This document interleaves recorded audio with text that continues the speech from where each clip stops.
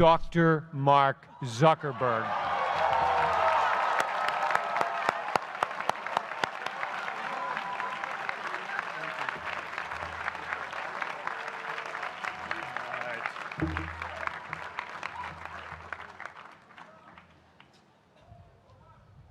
I love this place. Thank you all for coming out in the rain, the pouring rain. We're going to make this worth it for you. President Faust, Board of Overseers, faculty, friends, alumni, proud parents, members of the ad board, and graduates of the greatest university in the world,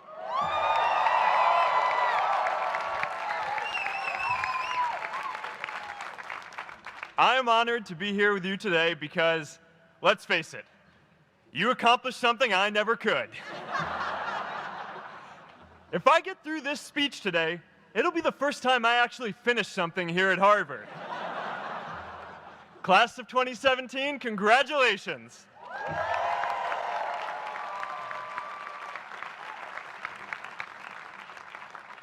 Now, I'm an unlikely speaker today, not just because I dropped out, but because we're technically in the same generation. We walked this yard less than a decade apart. We studied the same ideas and slept through the same Act 10 lectures. We may have taken different roads to get here, especially if you came all the way from the quad. But today, I want to share what I've learned about our generation and the world we're all building together. But first, these last couple of days have brought back a lot of good memories. How many of you remember exactly where you were and what you were doing when you got that email telling you got into Harvard?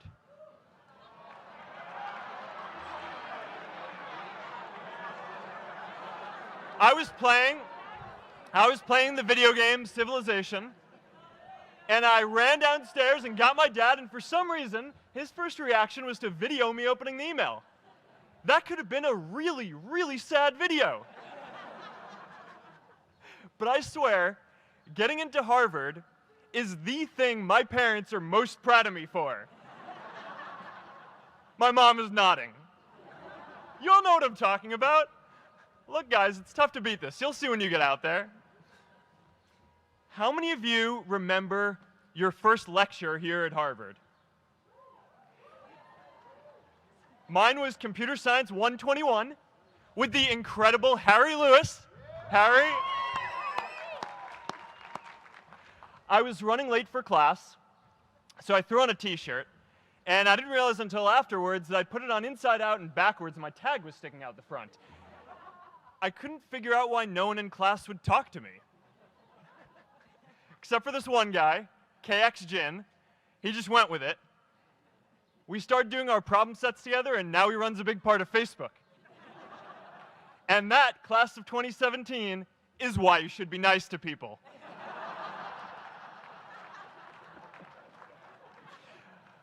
But my best memory from Harvard is meeting Priscilla.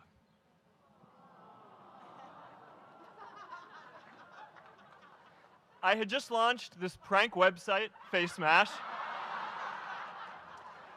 and the ad board wanted to see me. Everyone thought I was going to get kicked out. My parents drove up here to help me pack my stuff. My friends threw me a going-away party. Who does that? As luck would have it, Priscilla was at that party with her friends, and we met in line for the bathroom in the Foho Bell Tower, and in what must be one of the all-time most romantic lines, I turned to her and said, "I'm getting kicked out in 3 days, so we need to go on a date quickly." Actually, any of you graduating today can use that line. I'm getting kicked out today. We need to go on a date fast. I didn't end up getting kicked out. I did that to myself. Priscilla and I started dating, and, you know, that movie made it. It wasn't. But without FaceMash, I never would have met Priscilla. And Priscilla's the most important person in my life. So you could still say it was the most important thing I built in my time here.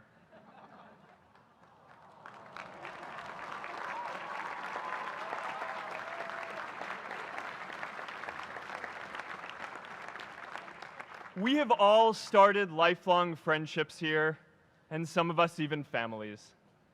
That's why I'm so grateful to this place. Thanks, Harvard.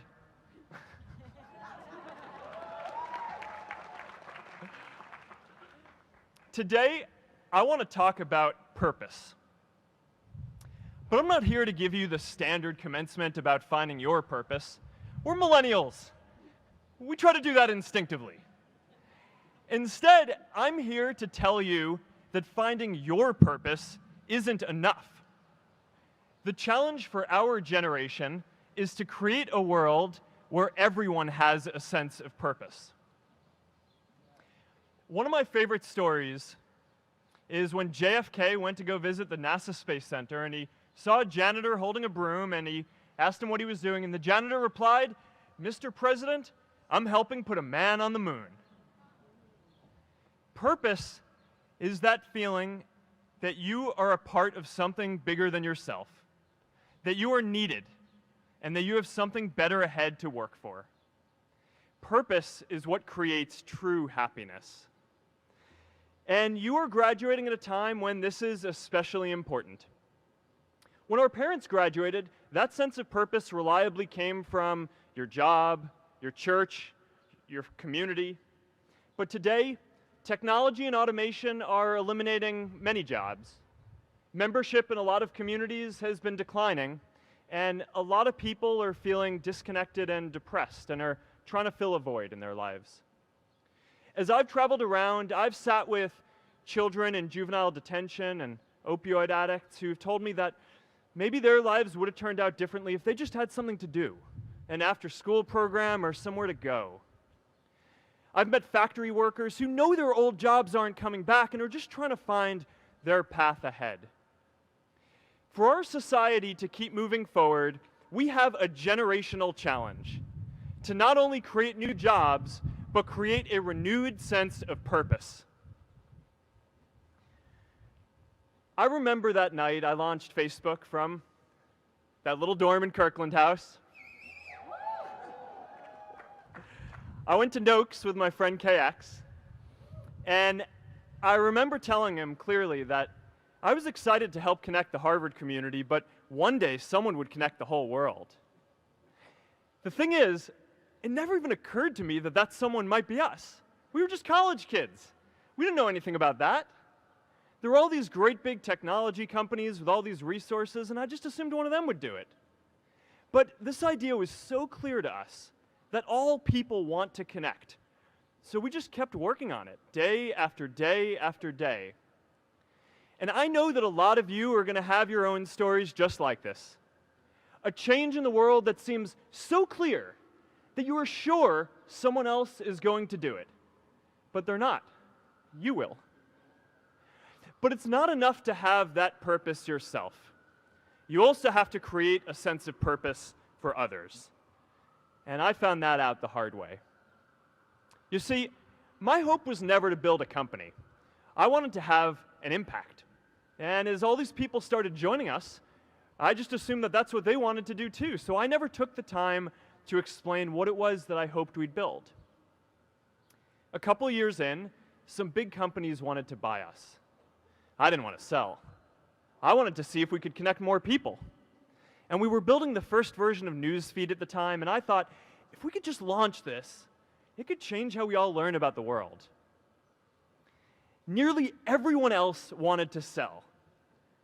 Without a sense of higher purpose, this was their startup dream come true, and it tore our company apart. After one particularly tense argument, one of my close advisors told me if I didn't agree to sell the company right now, I would regret that decision for the rest of my life. Relationships were so frayed that within a year or so, every single person on our management team was gone. That was my hardest time leading Facebook. I believed in what we were doing, but I felt alone. And worse, it was my fault. I wondered if I was just wrong, an imposter, a 22-year-old kid who had no idea how things actually worked.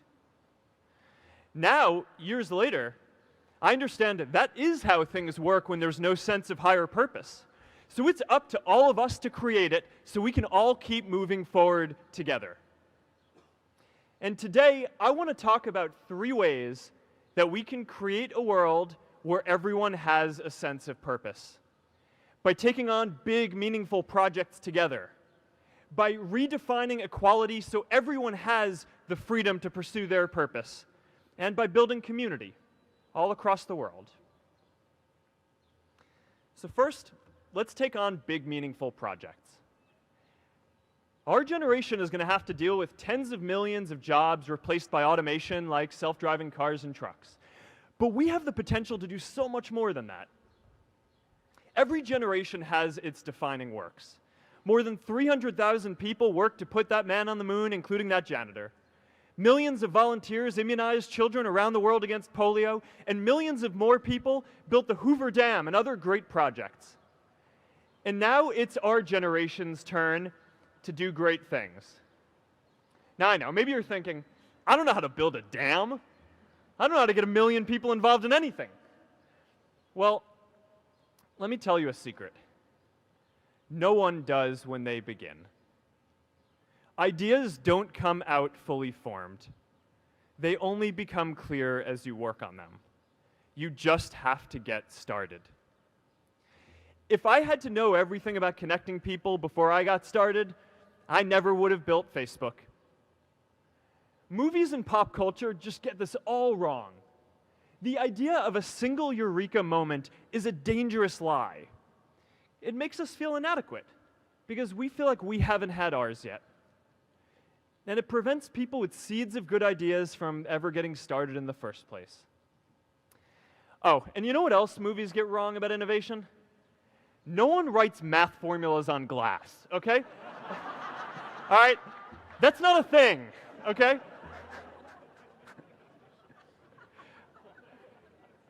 It's really good to be idealistic, but be prepared to be misunderstood. Anyone working on a big vision is going to get called crazy, even if you end up right. Anyone taking on a complex problem is going to get blamed for not fully understanding it, even though it's impossible to know everything up front. Anyone taking initiative will always get criticized for moving too fast because there's always someone who wants to slow you down. In our society, we often don't take on big things because we're so afraid of making mistakes that we ignore all the things wrong today if we do nothing. The reality is, anything we do today is going to have some issues in the future. But that can't stop us from getting started. So what are we waiting for? It is time for our generation-defining great works. How about stopping climate change before we destroy the planet and getting millions of people involved manufacturing and installing solar panels? How about curing all diseases and getting people involved by asking volunteers to share their health data, track their health data, and share their genomes? You know, today, our society spends more than 50 times as much treating people who are sick as we invest in finding cures so people don't get sick in the first place. It makes no sense. We can fix this. How about modernizing democracy so everyone can vote online? And how about personalizing education so everyone can learn? These achievements are all within our reach. Let's do them all in a way that gives everyone in our society a role. Let's do big things, not just to create progress, but to create purpose.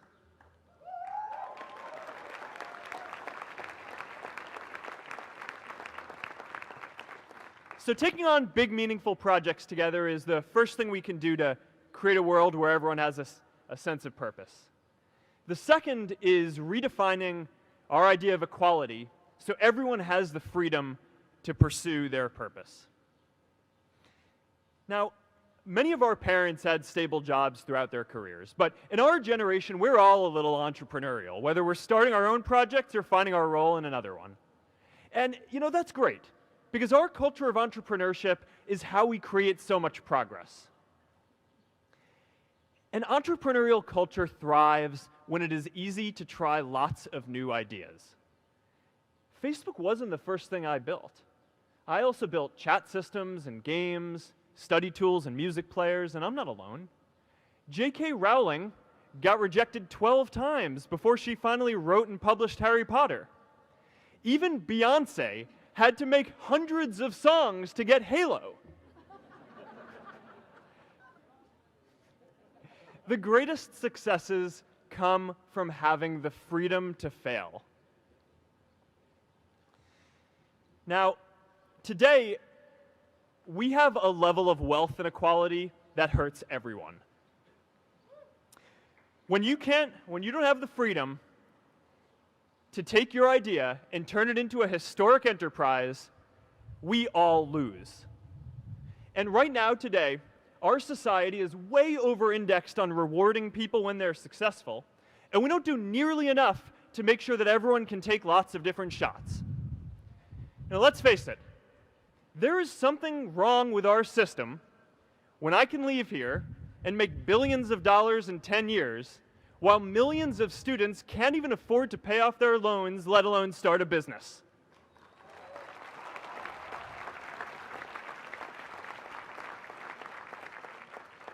Look, I know a lot of entrepreneurs, and I don't know a single person who gave up on starting a business because they were worried they might not make enough money. But I know too many people who haven't had the chance to pursue their dreams because they didn't have a cushion to fall back on if they failed.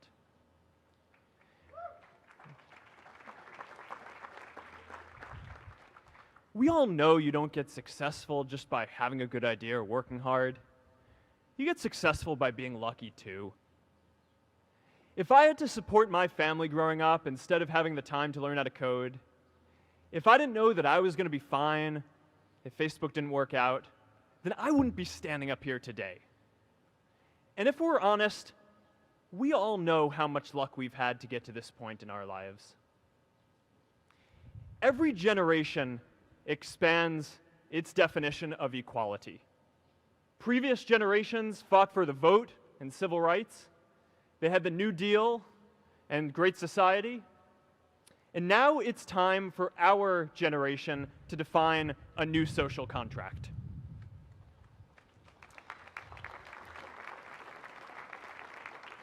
We should have a society that measures progress not just by economic metrics like GDP, but by how many of us have a role we find meaningful. We should explore ideas like universal basic income to make sure that everyone has a cushion to try new ideas.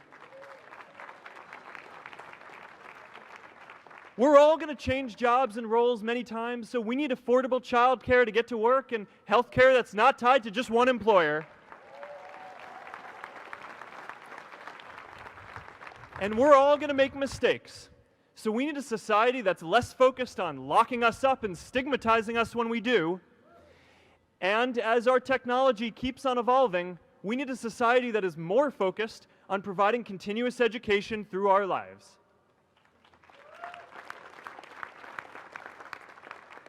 And yes, giving everyone the freedom to pursue purpose isn't going to be free. People like me should pay for it. And a lot of you are going to do really well, and you should too.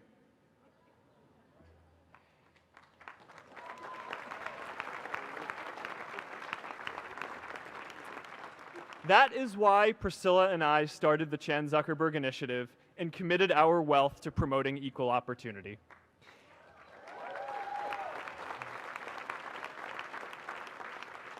These are the values of our whole generation.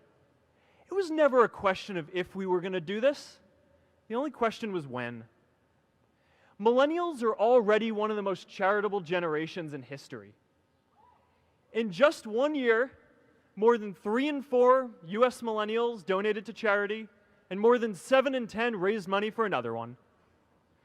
But it's not just about giving money. You can also give time. And I promise you, if you just take an hour or two a week, that's all it takes to give someone a hand and help them reach their potential. Now, maybe you're thinking, that's a lot of time. I'm not sure if I have that much time.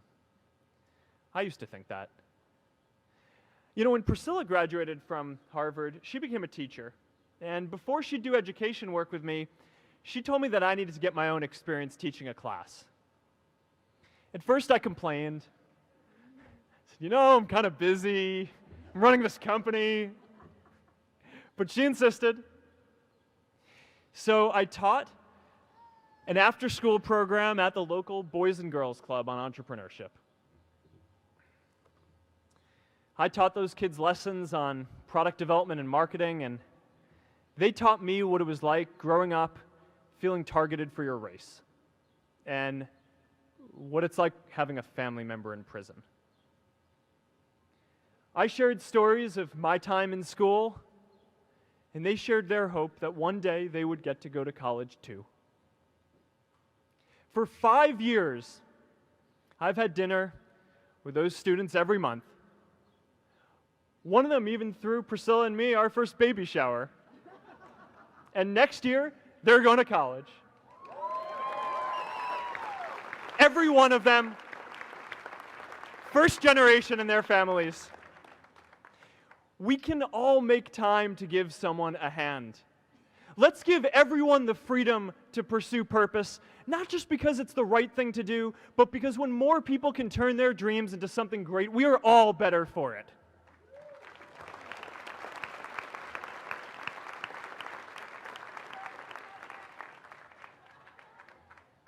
Purpose doesn't only come from work.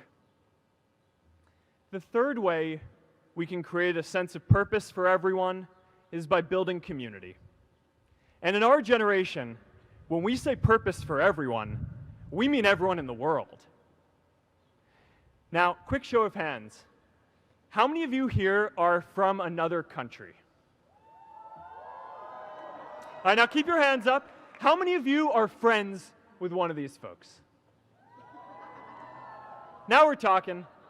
See, we have grown up connected.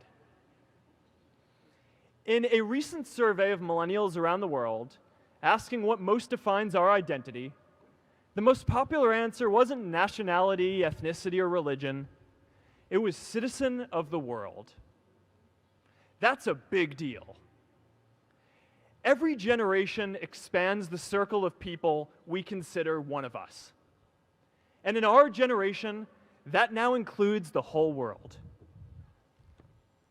We understand that the great arc of human history bends towards people coming together in ever greater numbers, from tribes to cities to nations, to achieve things that we could not on our own. We get that our greatest opportunities are now global. We can be the generation that ends poverty, that ends disease. And we get that our greatest challenges need global responses too. No country can fight climate change alone or prevent pandemics. Progress now requires coming together, not just as cities or nations, but also as a global community. But we live in an unstable time. There are people left behind by globalization across the whole world. And it's tough to care about people in other places when we don't first feel good about our lives here at home. There's pressure to turn inwards. This is the struggle of our time. The forces of freedom, openness, and global community against the forces of authoritarianism, isolationism, and nationalism. Forces for the flow of knowledge, trade, and immigration against those who would slow them down. This is not a battle of nations. It is a battle of ideas. There are people in every country for more global connection, and there are good people against it. And this isn't going to be decided at the UN either. It's going to happen at the local level when enough of us feel a sense of purpose and stability in our own lives that we can start to open up and care about everyone else too. And the best way to do that is to start building local communities right now.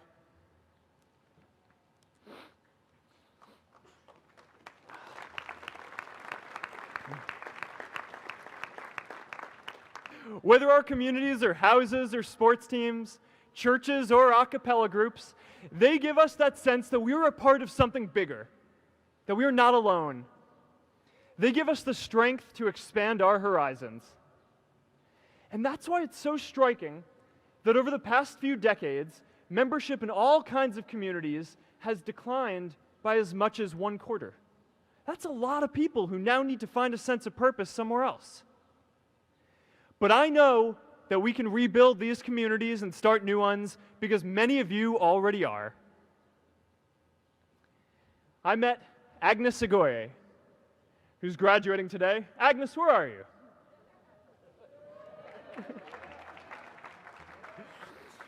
Agnes spent her childhood navigating conflict zones with human trafficking in Uganda, and now she's trained thousands of law enforcement officials to keep communities safe.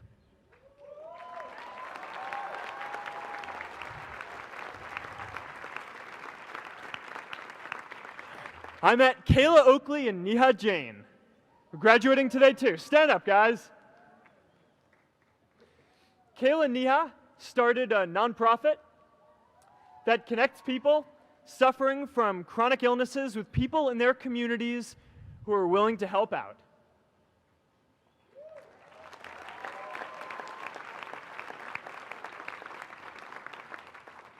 And I met David Razu Aznar, who's graduating from the Kennedy School today. David, stand up. David is a former city councilor who fought to make Mexico City the first Latin American city to pass marriage equality, even before San Francisco.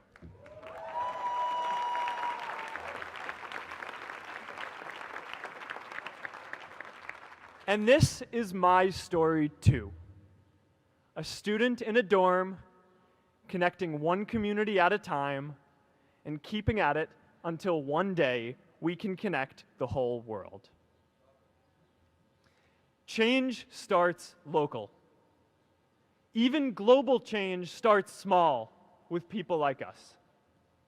In our generation, the struggle of whether we connect more, whether we achieve our greatest opportunities, comes down to this: your ability to build communities and create a world where every single person has a sense of purpose.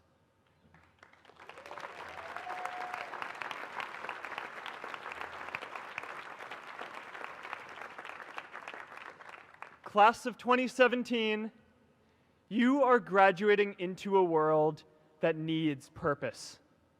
And it's up to you to create it. Now, maybe you're asking yourself, can I really do this?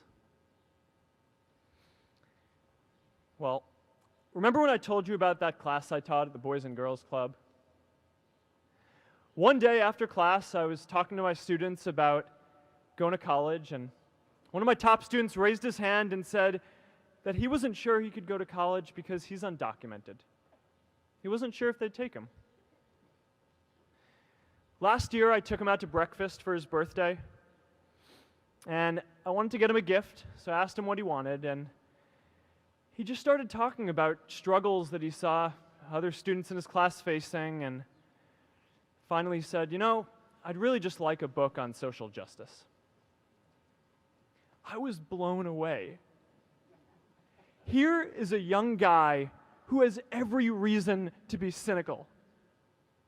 He wasn't sure if the country he calls home, the only one he's known, was going to deny him his dream of going to college. But he wasn't feeling sorry for himself. He wasn't even thinking of himself. He has a greater sense of purpose, and he's going to bring people along with him. It says something about our situation today that I can't even say his name because I don't want to put him at risk. But if a high school senior who doesn't know what the future holds for him can do his part to move the world forward, then we owe it to the world to do our part too.